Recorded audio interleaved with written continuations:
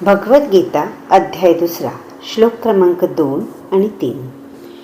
अर्जुनाला उद्देशून श्री भगवान म्हणतात.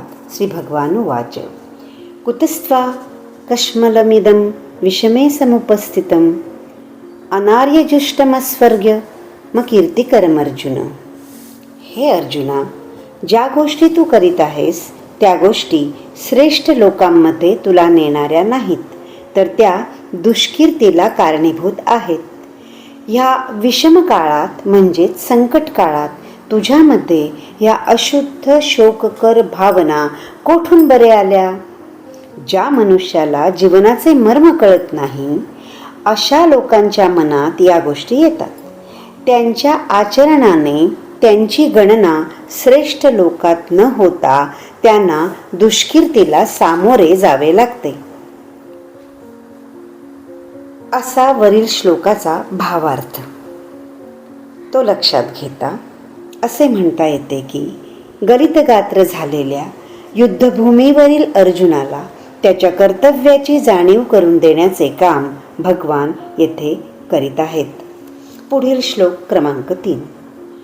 क्लेब्यं मा स्म गमः पार्थ नेतव्ययुपपद्यते क्षुद्रं हृदयदौर्बल्यं त्यक्त्वोत्तिष्ठ परन्तप. याही श्लोकातून श्री भगवान अर्जुनाला उद्देशून म्हणत आहेत, हे पार्थ, हे हीन नपुसकत्व म्हणजेच दुबळेपण तू मनात घेऊ नकोस.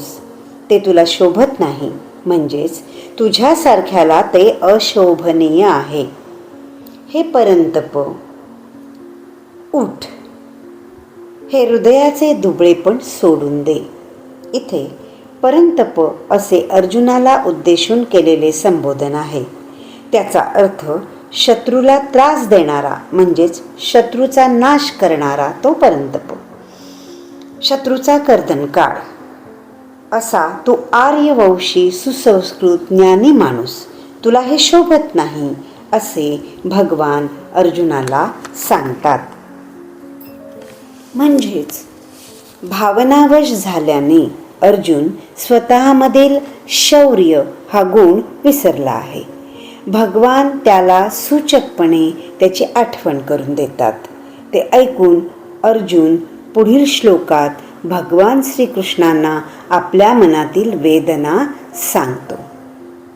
ऐकूया पुढील भागात.